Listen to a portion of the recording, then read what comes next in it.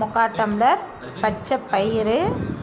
எந்த அளவுக்கு பச்சை பயிறு எடுக்கிறோங்களோ அதே அளவுக்கு அரிசி, அந்த பேலன்ஸு மட்டும் கொஞ்சமாக உளுந்து சேர்த்துட்டு நல்லா கழுவி எடுத்துக்கலாம் ஃப்ரெண்ட்ஸ். நல்லா கழுவின பிறகு ஒரு அரை ஸ்பூன் போல் வெந்தயம், நிறைய சேர்த்தாதீங்க, சும்மா கொஞ்சமாக சேர்த்துங்க, அப்போ தான் நம்மளுக்கு நல்லா ரோஸ்ட்டாக வரும்.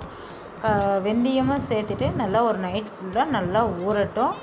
ஊறின பிறகு அதில் காரத்துக்கு 3 பச்சை மிளகாய், இஞ்சி, கருவேப்பிலை, உப்பு சேர்த்துட்டு நல்லா நைஸாக ஆட்டி எடுத்துக்கலாம். ஆட்டின உடனே நம்ம தோசை சுட்டுடலாம் ஃப்ரெண்ட்ஸ், புளிக்கணுன்ற அவசியம் இல்லை.